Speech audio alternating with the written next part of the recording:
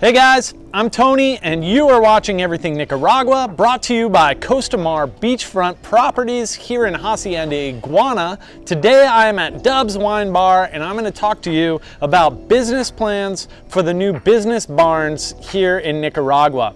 We've set up a station for you to come and check them out. We've got both the tiny home and the business barn. They're in what we call the Innovation Station. It's actually a business incubator that's located right in the middle of San Juan del Sur. So you can come down and check both of them out. So the first product we offer is a tiny home. The tiny home, there's two different ways of doing it. One is if you're building a home on a property that's a little remote here in Nicaragua, you can take a tiny home, plop it on your property, and live there from time to time while you're watching your house get built. The other customer that's interested in this is you can buy a tiny home and put it anywhere you want, of course, rent it out, do the Airbnb type thing, or we actually have a beautiful property right next to San Juan del Sur oceanfront, and we've carved out a little area just for tiny homes. So what you can do is buy your tiny home, put it on this beachfront access property just close to San Juan del Sur, and we'll actually rent it out for you and we'll do a commission split with you on your investment. There's no payments as far as being on the land. It's a really sweet deal. So check that out if you're into the tiny homes. Now let's get on to the business barns. The business barns are like it's a little barn. It's about 250, 300 square feet. And in these barns, we put businesses. What I'm talking to you about today is the business plan. So without further ado, I'm gonna jump right into that. So if you got yourself a business barn today, you'd also get a business plan. Now, a business plan, I'm gonna just jump right into the beginning. It's an executive summary. Now in the executive summary, it's basically gonna give you a little more than a tease about what's going on in this particular business. Today I've got a wine shop that's going inside of a business barn, and it'll be in the incubation station. So at the incubation station, you get a barn, your business plan. It's a skeleton of a barn that's customized to your business. Then what we do is we build that business plan, build the systems and process, and we build a marketing plan, put it all together for you, and it's a turnkey business. You get 3 months, 90 days of rent in the incubation station where you're right next to a bunch of other people doing the same thing. Downtown San Juan del Sur, killer location. And the reason that they're skeletons where you customize the inside is because after 90 days and you found your perfect location, wherever it may be, maybe it's not even Nicaragua, I don't know. When we find that perfect location, we actually build you a business barn that goes on that location. We take the customizations that we've done to the skeleton in the innovation station and we put it into your barn in your new location. The reason we do that is because by building the skeletons of these barns, we all get the benefits of the economies of scale.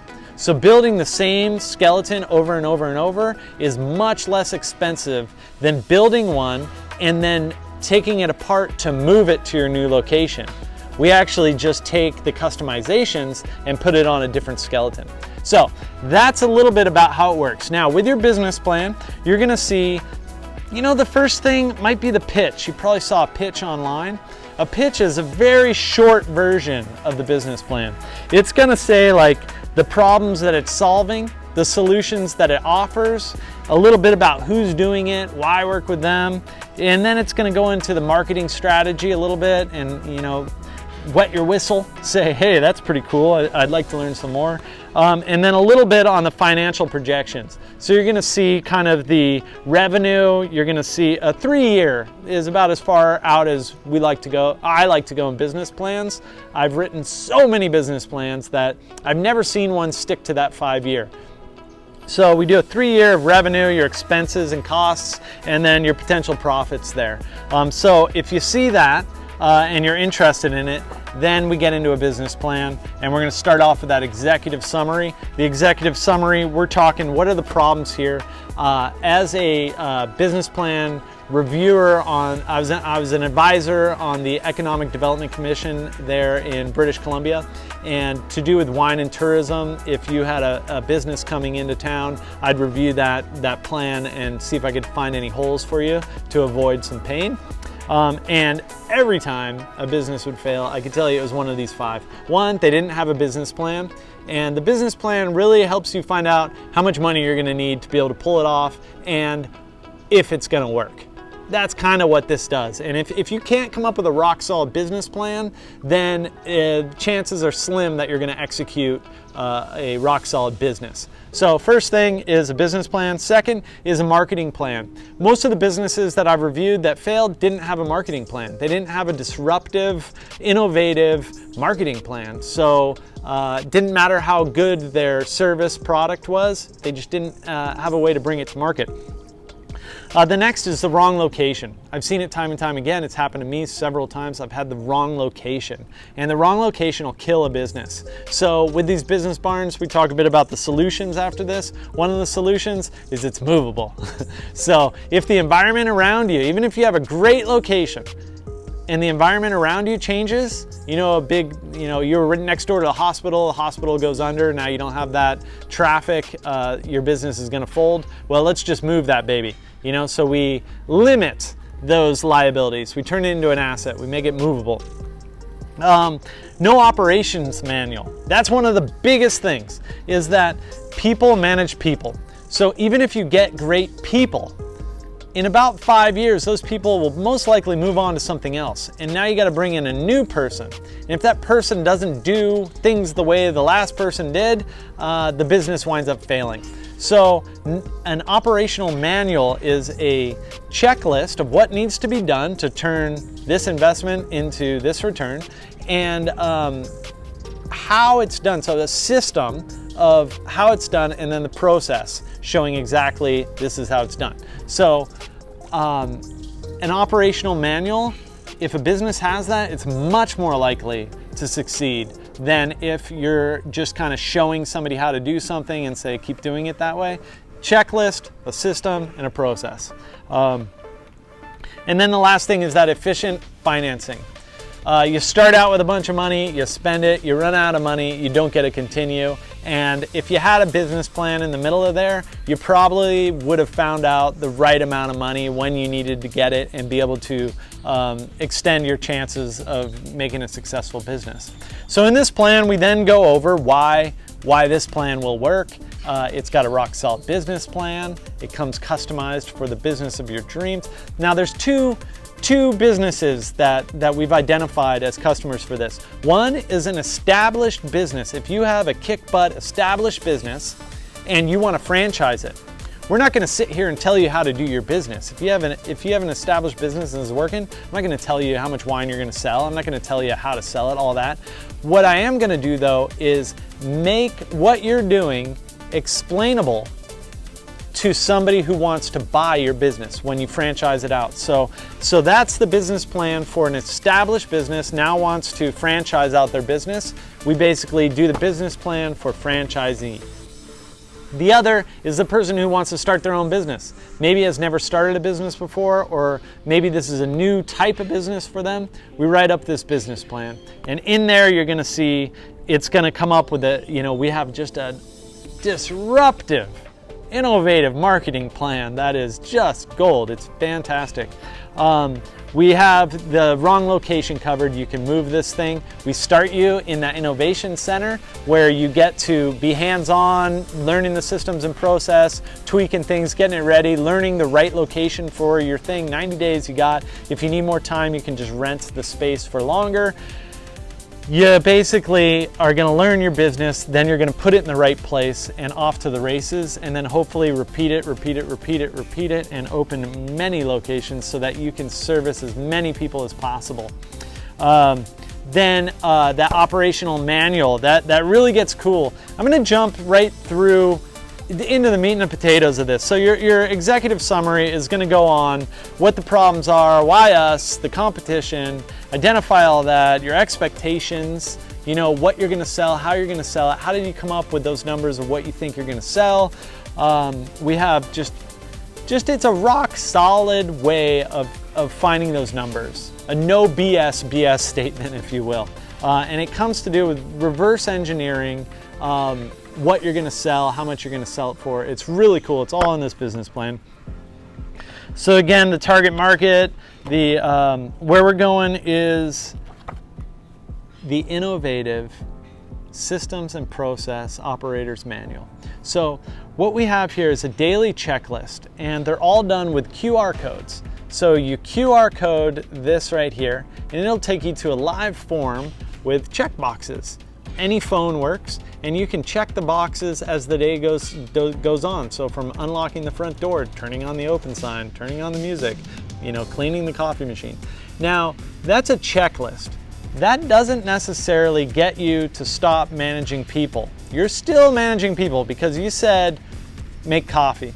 That doesn't tell them to get the coffee bag from this location, to use this many scoops, to all the systems and process and steps of that checklist. So that's where it gets even more interesting, is that we have QR codes for each one of the items on the checklist. So somebody can be so clear on exactly how to do it. We do that by scanning a QR code that has one of the checklist items. You scan it, and it shows you a training video of exactly how to do that. All in real time, super easy to do. It works on any phone. And that's probably one of the most innovative, time and money saving paths to clarity. And it makes it so much better than explaining things time and time again to employees. You can now give them this QR check and say, hey, you know what? The coffee wasn't put away correctly last night. It was checked on the checklist that you did it, but I just want you to watch that video again because it's not coming out the way it's supposed to. So they watch that video again and they do it. Now, that is cool enough, and that's changed my whole life. We have over 200 videos for Frequency Winery back in Canada, and it's fantastic. But onboarding. So onboarding is where you're hiring. And I always say, slow to hire, quick to fire. So I give people 3 opportunities to before we realize it's not working out. And in this, there's a checklist. So if you check the check, that means you did it, right? I've given you the QR code so you know how it's done. If you check the check and I come in and I go, oh man, the coffee wasn't put away, but you checked that you did it, what's the problem? And they go, oh, I messed up that once. Well, we allow 3 mess ups. And after that, it's no longer a mess up. You're kind of lying to me. So at the 3rd time, your position is no longer available. So that's how the checklist can really work, and the clarity, so that it's always very clear. You've watched the video 3 times, I've told you. It's done incorrectly 3 times. You've told me that it's done correctly 3 times. What am I to do? At that point, it's pretty clear that it's not going to work out. So before that happens, we've developed the onboarding quiz. Now, when somebody sees the checklist, they get to say, okay, this is what I have to do a day. And then they get the QR videos of all the different checks, of each task that they have to do during the day. And they go, okay, all right, I understand. And with that video, it's written in form as well. Then they say, okay, I'll do the onboarding quiz. They click this and they get a form and they answer multiple choices that has to do with the checklist and the systems and process. And until they get 100% score on that, it won't finalize the quiz and send me or the business owner or your manager an email saying, Tony has completed with 100%, he would like to do an interview. And at that point, I'll get the email and I can schedule an interview for onboarding. But the big value is that I've already reached clarity with this person before I've interviewed them. So now what I'm looking for is personality, character, honesty, right? Before I did a quiz and I brought somebody in, I'm wondering, can this person do the job? Does he really understand what the job is? Now they've done the quiz, I know he knows it. So now I'm just looking at personality, and character and honesty, really, to see if this is the right fit for the job. So that's some of the things that make this franchisable and that make operating a business where you're managing systems, not people. Meaning the job isn't a job for you. You actually own the business instead of have the business own you. Then in here, this is a wine one, like I said earlier. So in here, we've got a QR code for training. So with wine, Wine is an experience that we're selling, and we're giving stories that hold knowledge to the customer, and that customer then, when they take the bottle of wine home, they retell those stories and share that knowledge. So in here we have QR codes that we made videos about wines. So this one here is on the 6 most important and influential wines that you need to know about. So it'll go over Chardonnay, Merlot, Cab Sauv. It'll go over, you know, your Sauvignon Blanc, your Chardonnay, and I think Moscato is very important in there. So we've got that in there, your Champagne. And it'll go over and break it down so you know a bit about those 6 wines. Then it'll go over here into wine pairings, and it'll teach the person how. So we're really empowering the representative of your business or your team member. Then it's going to go into your marketing plan, how things are sold and how the marketing plan actually works. It's beautiful. We believe in leveraging existing networks to grow your network of customers rather than going out and trying to find one at a time. So we use a very similar program to the Everything Nicaragua marketing plan, where we use video to leverage existing networks and increase your customer base rapidly. So the marketing plan is all in here. It's pretty darn solid. In here, I mean, we've got the things like the non-compete form is in here for you to review. The letter of intent is in here for you to review. The sales agreement of buying a business is in here for you to review. The product, what it is that you're buying, is actually clearly laid out. And then it goes right into the financial plan. And the financial plan is based on those forecasts that we made on the non-BS BS statement, balance sheet. It goes into super in-depth. All the way into, in the appendix, you're going to find everything that you need for if you were taking this to a bank to get approved for a loan. All this is in there, from your balance statements to monthly detail, your cash flow statements. Everything any business plan would need is all in this business plan. So this has some massive weights in the business barns, because the last thing I want is for you to buy a business barn and have it fail. I believe that the 5 reasons business fail have been addressed in the business barn model. I believe the timing is just phenomenal. Right now is that moment. It's at the beginning of that 4-year success time for Nicaragua. It's triggered by an event. You can just trace that back. It's just happening. I believe it's going to happen again right now. All 5 of those reasons, you know, so we talked about timing, having a solid business plan, having a disruptive marketing plan, having a systems and process operating manual, having the proper financing. It's all in here. In that location, absolutely, we start you off in an incubator where you get rocking and rolling while you find that perfect location, and then we put you in the location. You're off to the races. If you want to do another one, we'll incubate you again. Maybe we can skip that process. I'm not sure. We'll see how your business is doing, and repeat. If you're looking for the tiny house options, those are there, turnkey, ready to rock and roll. We're building them like crazy. They're built by a furniture manufacturing company, Simplemente Madura here, one of the finest craftsmen in Nicaragua. They're ethically farming their own trees over on the Caribbean coast. Right here in Nicaragua, they're manufacturing them in Managua. And right now we've got a showroom going up. It'll be open December 1st in San Juan del Sur. You will not be able to miss this incubation station if you come to San Juan del Sur. Thank you for your time today. I hope it's been interesting. I love talking about business plans. If you want to talk some more, contact me directly. I'll talk to you directly. As we say every day on Everything Nicaragua, adios, nos vemos.